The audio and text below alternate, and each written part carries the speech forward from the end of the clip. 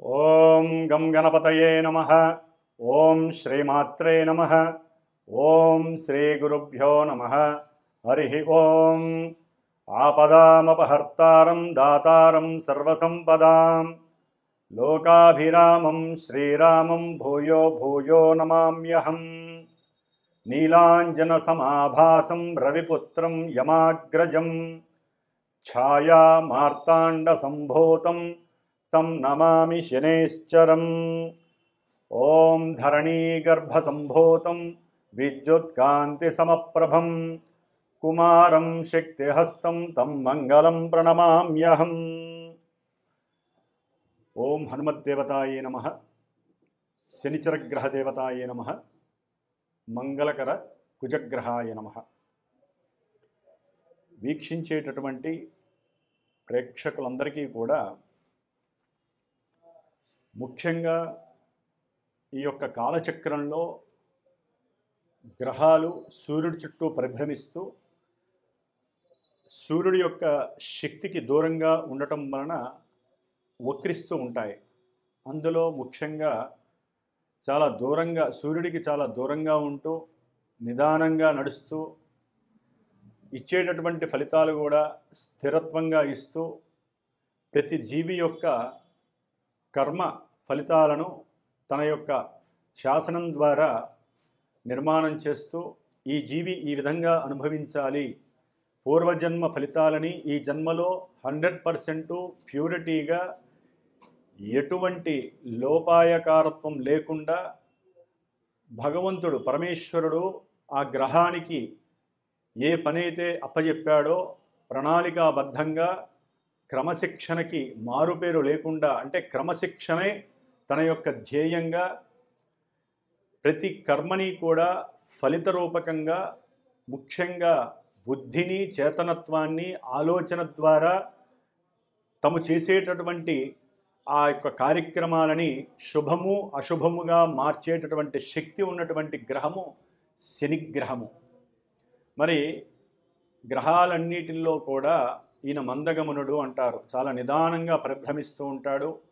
మరి ఈయన జూలై 13వ తేదీన వక్రించి దాదాపుగా 4.5 నెలలు తన యొక్క వక్రత్వంతో సొంత నక్షత్రమైనటువంటి ఉత్తరాభాద్ర నుంచి పూర్వాభాద్రలోకి వచ్చి ఇప్పుడు ఈ యొక్క నవంబర్ 28వ తేదీన 2025వ సంవత్సరం నవంబర్ 27వ తేదీన అంటే 28వ తేదీన ఈ మందగమనుడైనటువంటి శని భగవానుడు పూర్వాభాద్ర నక్షత్రంలో మీనరాశిలో ఉండి మరల తన యొక్క ప్రయాణంలో డైరెక్ట్ మోషన్ అంటే రుజుమార్గం వైపు ప్రయాణం చేసేటటువంటి రోజు రానే వచ్చింది.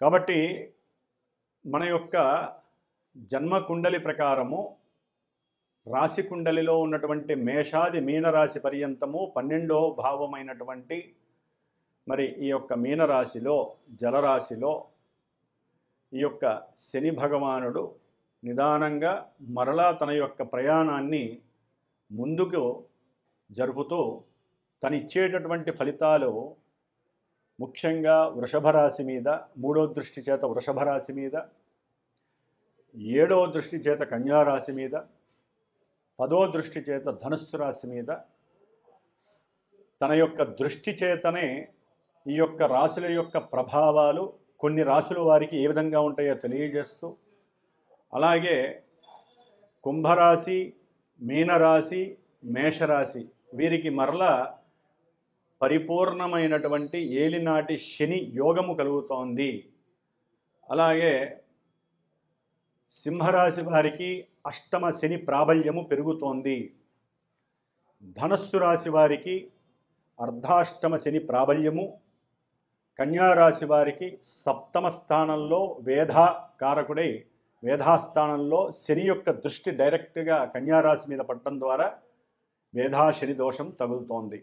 కాబట్టి ఇన్ని రాశుల వారికి శని యొక్క దృష్టి చేత, శని యొక్క స్థితి చేత, అట్లాగే శని ఉన్నటువంటి రాశి అయినటువంటి గురు రాశి కాబట్టి ఇటు గురువు ధనాన్ని, సంతానాన్ని, వివాహాన్ని, అఖండమైనటువంటి రాజయోగాలని, దూర ప్రాంతాలలో నివసిస్తున్న వారిని, ఇట్లా అన్ని రకాలైనటువంటి విషయాల మీద ఈయన యొక్క శక్తి అనేటటువంటిది ప్రభావితం చేస్తూ ఉంటుంది.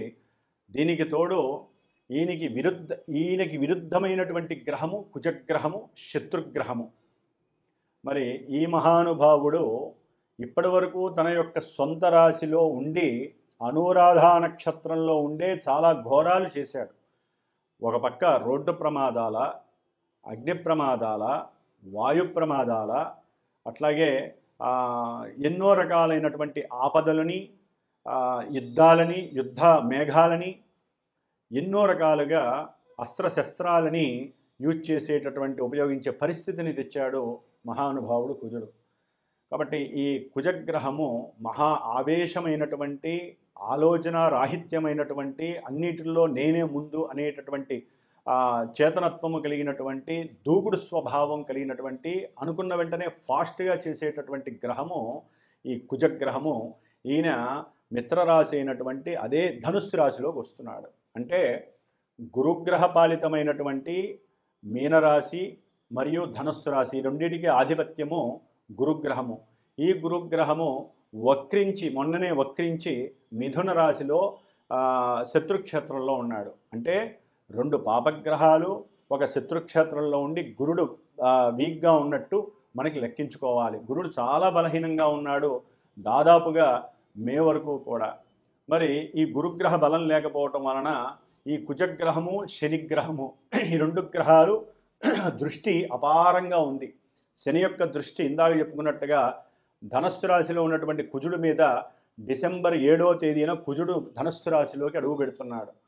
అక్కడి మొదలు దాదాపుగా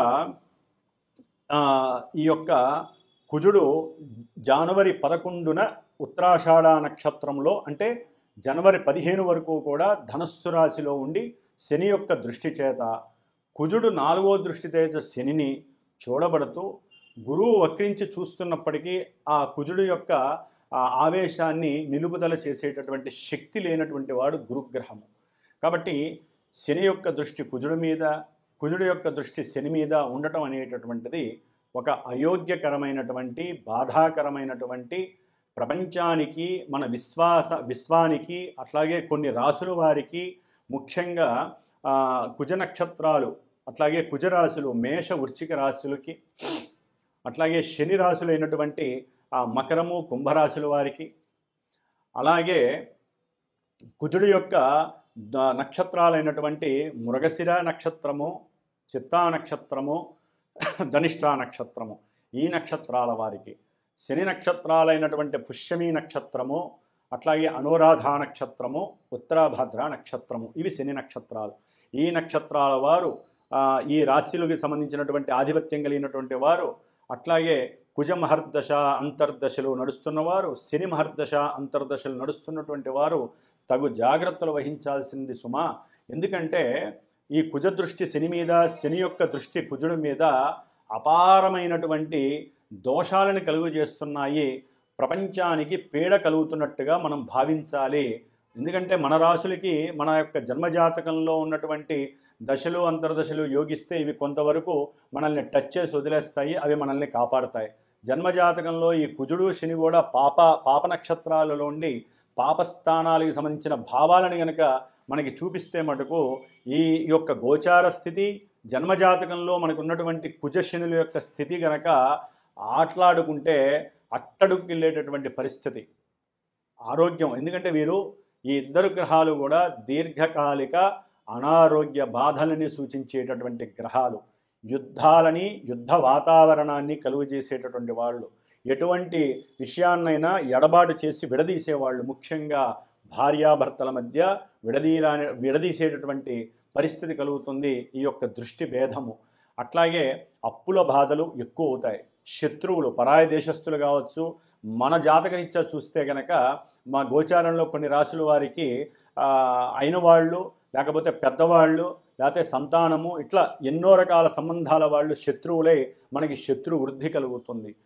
అట్లాగే రుణ వృద్ధి కలుగుతుంది.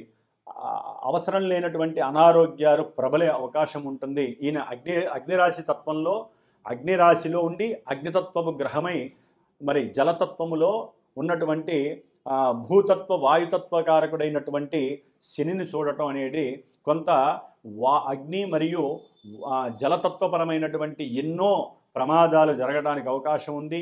వాయు సంబంధిత పరమైనటువంటి ఎన్నో దోషాలు లోపాల వలన ఎంతోమంది మరణించే అవకాశము కూడా కలుగుతోంది. ఎన్నో ప్రమాదాలు జలాంతర్గాముల్లో కానీ, జలం లోపల కానీ, లేకపోతే అగ్నికి సంబంధించినటువంటి కీలలు కానీ ఎన్నో ఇబ్బందులు పడే అవకాశం ఉంది. దీనికి తోడు భార్యాభర్తలు మధ్య సంబంధము కావచ్చు, లేకపోతే పెళ్ళిళ్ళు చేసుకుందాం అనుకున్న వాళ్ళకి విభేదాలు కలగచ్చు. ఎందుకంటే ఈ శుక్రుడు కుజరాశిలో ఉండి ఎన్నో ఇబ్బందులు కలుగజేస్తూ ఉండొచ్చు కొంతమందికి.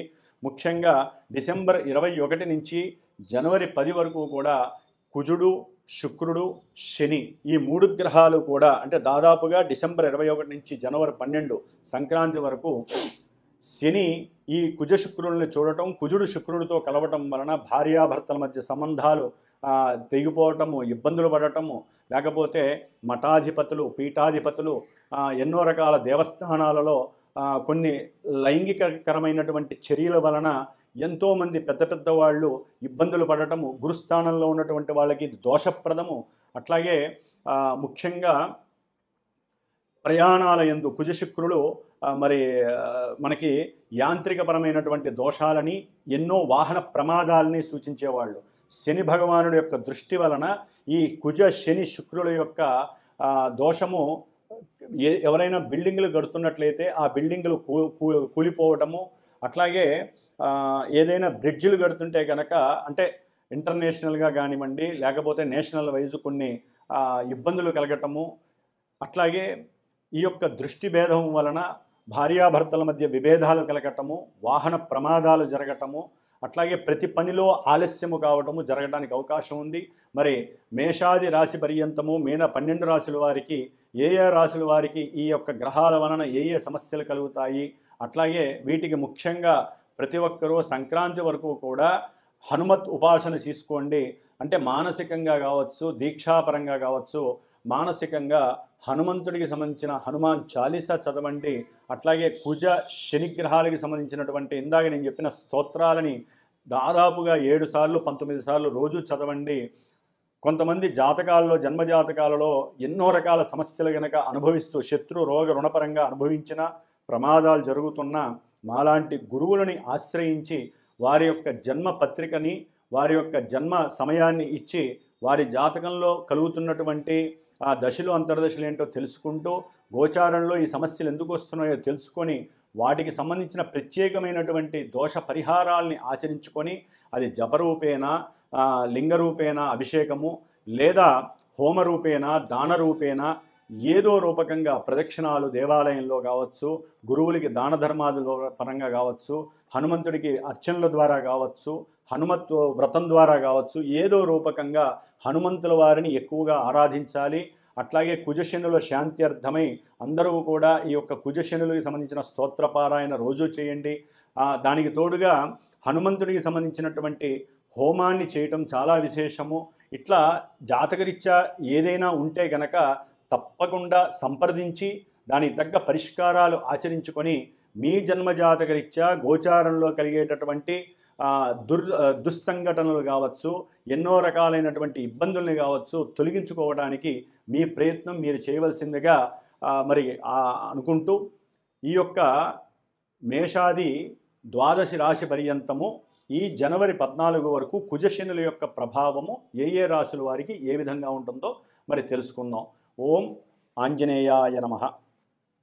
మిథున రాశి వారికి డిసెంబర్ నుంచి జనవరి 14 వరకు కూడా కుజగ్రహ, శుక్రగ్రహ, శనిగ్రహ దృష్టి యొక్క ప్రభావము, వారి యొక్క సంబంధము కాస్త అవాంఛనీయమైనటువంటి సంఘటనల్ని, ఇబ్బందుల్ని కలుగజేసే పరిస్థితి కలుగుతోంది.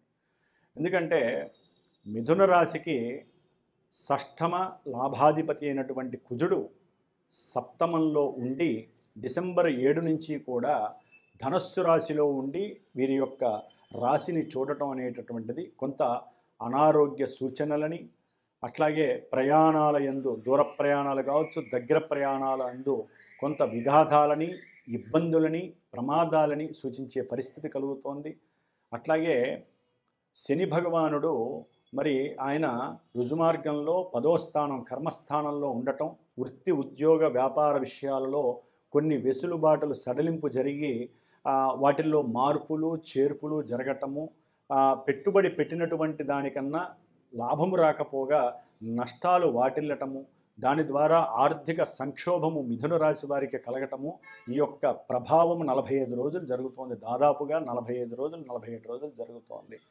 అట్లాగే మధ్యలో ఈ శుక్ర భగవానుడు కూడా కుజశుక్రులు కలిసి సప్తమంలో ఉండటం ద్వారా ప్రేమించుకొని ఎవరైతే వివాహం చేసుకోవాలని అనుకున్నా ఆ ప్రేమికుల మధ్య సరైనటువంటి మనోభావనలు లేక ఒకరి మధ్య ఒకరికి అభీష్టము తొలగిపోయి వైరములు ప్రజ్వరిల్లి శని యొక్క దృష్టి పడటం ద్వారా ఆకస్మికంగా వారి మధ్య విరోధత్వము కలిగి ఎడబాటు కలగటానికి అవకాశము మిథున రాశి వారికి ఉంది. జన్మజాతకంలో దశలు అంతర్దశలు జన్మజాతకంలో ఈ గ్రహాల యొక్క సిచ్యువేషన్స్ బాగున్నట్లయితే కొంతవరకు ఈ యొక్క దురవస్థల నుంచి బయటపడే అవకాశాలు ఉంటాయి. ఇది గుర్తుపెట్టుకోండి. జన్మజాతకం ప్రధానం.